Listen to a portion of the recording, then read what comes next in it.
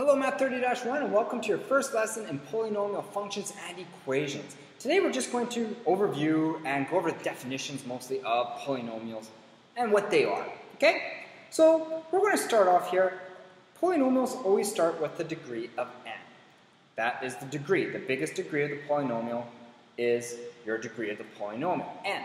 And now all of your degrees or all of your exponents in front of your variables, right, must be whole numbers, all right? They must be an element of whole numbers. And your last number, where x is 0, is going to be your constant, okay? This here, an, is your leading coefficient. We're going to do some example questions here just so you get used to it. So for this polynomial here, it says, state the degree. Well, my degree is right there, 4. Okay, it's the largest exponent. That is related to x. Okay? The leading coefficient, well, there's an imaginary 1 there. It's 1. The constant term is going to be 5. All right? Now let's take a look at this next one. It says, state whether the following are polynomial functions. If they are not polynomial functions, explain why not. Let's take a look at the first one. I look at this. This looks good. But then all of a sudden, right here, this is a big no-no. We have a degree or a exponent that is, what's the problem with that exponent? It's not a whole number, it's a fraction, okay? So this is a no because the exponent is a fraction. Let's take a look at this next one. Everything looks good then. Right there, we have another problem. The exponent is a negative. So that cannot work as well because we have a negative exponent. Let's take a look at this one here. This one looks good. All my exponents match. Everything's real numbers. That's good. This is a yes. Let's take a look at my next one. I'm going, uh-oh. There's a problem right there. Well, we take this, square root 5, and that's the same thing as square root x cubed, which is the same thing as square root 5 x to the 3 over 2. This is a fraction. We can't cancel that through whole numbers. So this is a no. All right? Can't have fractions for exponents, for polynomial functions. Now let's take a look at this one. This looks good, good. Yes, this may look funny, but, well, if I have square root 3, and this is square root x squared, that is square root 3x. So this is a yes. This one works fine. Let's take a look at this one. This is a no. Look at that square root. Can you square root a negative number? No, that's impossible. It's not a real number. It's not real. So that one there is going to be a no. Okay? Let's take a look at example 3 here. It says, we want to state the degree of the leading coefficient and the constant term of each polynomial. I look at this right here. That's the one in the lead, but it's not the biggest degree, is it? They're trying to be tricky here. They were trying to make it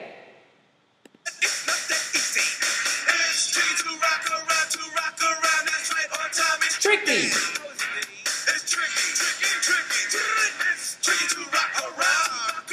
This question was? So, they tried to make it tricky because our actual degree is 3. Our leading coefficient is negative 25. And our constant is going to be negative 39. Okay, let's take a look at the next one. Here, we want to know what the degree is. So the easiest way of doing this is we could expand it and multiply it out. So I'm going to have 5x multiplied by 2x gives me 10x squared.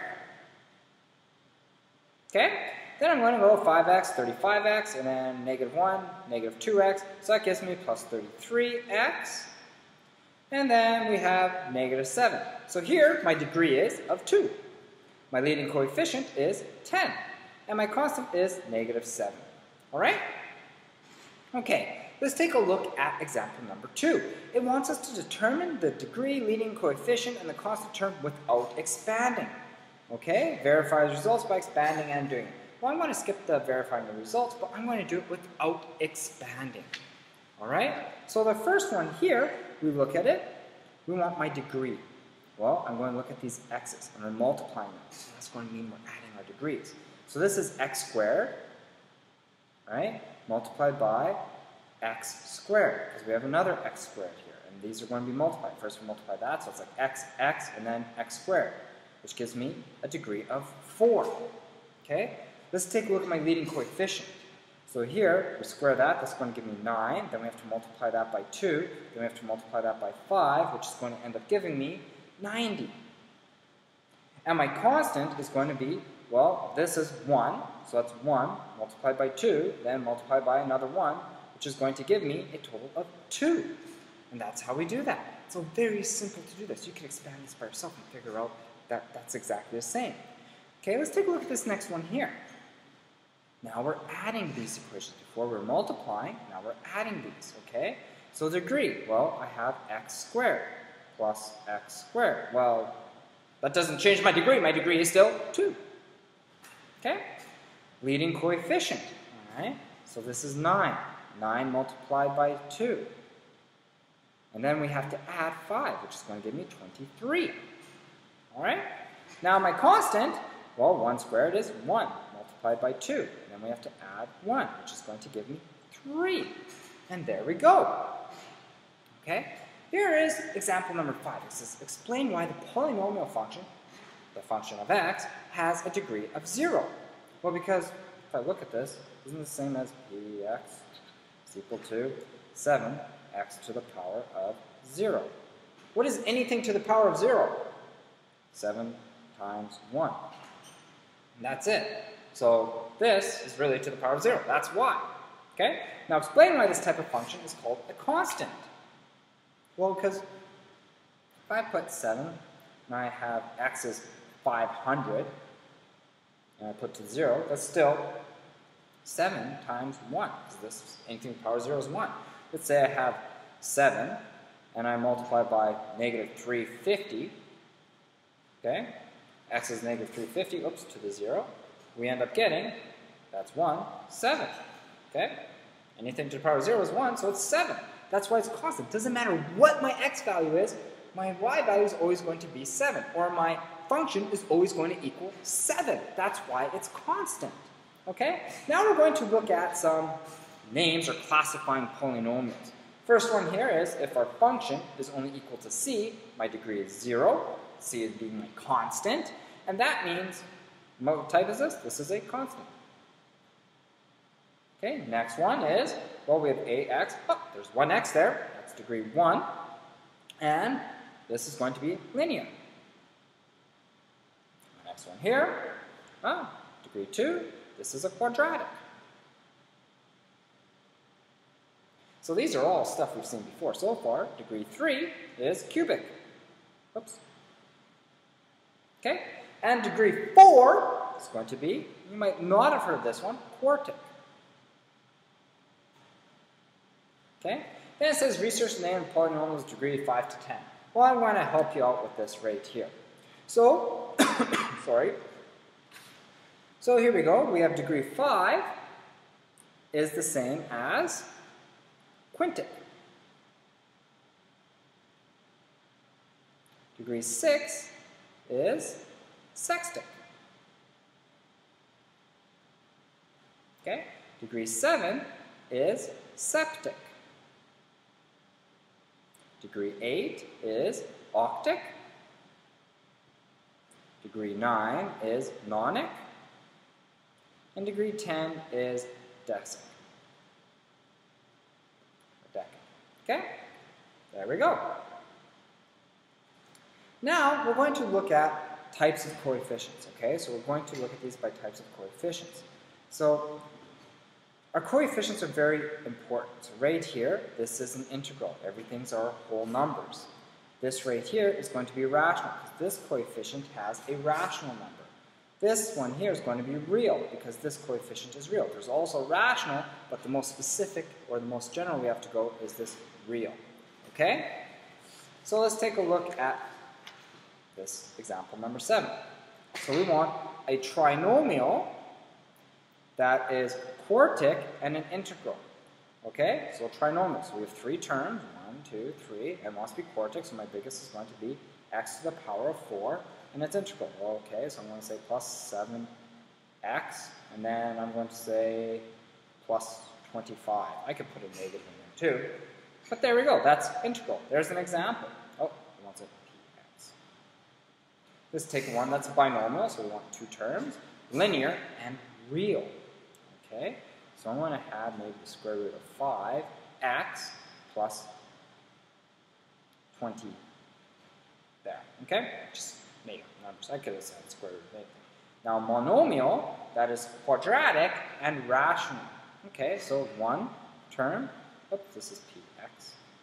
So px, polynomial function x, okay, is equal to, we want a monomial, so it's only one term, quadratic, so it's going to be x squared, and it's rational. So let's try 3 over 5. There's a rational thing, right? There we go, it's a decimal. Okay, to put into rational terms.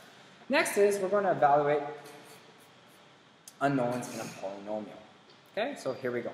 We have px is equal to negative 3x squared plus 8x plus 8, and we're saying that when x is 1, my function is equal to negative 9.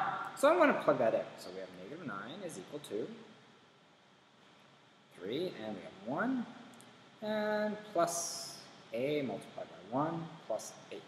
So now I'm going to try and solve for a, because that's all it wants us to do, find the value of a. Move the 8 over, negative 17, and this is going to be negative 3, negative 17 is equal to negative 3a plus a. So I'm going to get negative 14 is equal to a. I just plussed 3 plus 3, here I minus the 8, subtract 8. Okay? Alright, there we go, done. That one's simple. Now this next one is a little bit of a pickle. We have determined the values of a and b, so we have two unknowns, but we're given 2 points. So now I can make two equations. And this is like something we learned in grade 10, which is systems of equations. Okay, so let's do this here. All right, we have the first one, negative 18 is equal to negative 2. And we put 18, oh, sorry, negative 2 in 2 squared plus 2a, right, because that's 2, plus b. So I'm going to end up getting negative 8, because that's 4 times negative 2, plus 2a plus b, at negative 18. So I get negative 10 is equal to 2a plus b. One equation done. Now I just have to make one more equation. Okay, so we will. So now we know negative 13 is equal to negative 2, negative 3 squared minus 3a. I just put in that negative 3 in there. So it's plus the negative 3a, so it's minus 3a. And then we go plus b. All right? Okay, here we go. I multiply this. This is going to give me negative 18 minus 3a plus b. It's equal to negative 13. This is going to give me 5 is equal to negative 3a plus b. Now, I could do two things here. I could isolate for b and use substitution, or I could use elimination. In this case here, I'm going to use elimination. If you prefer, you may use substitution instead.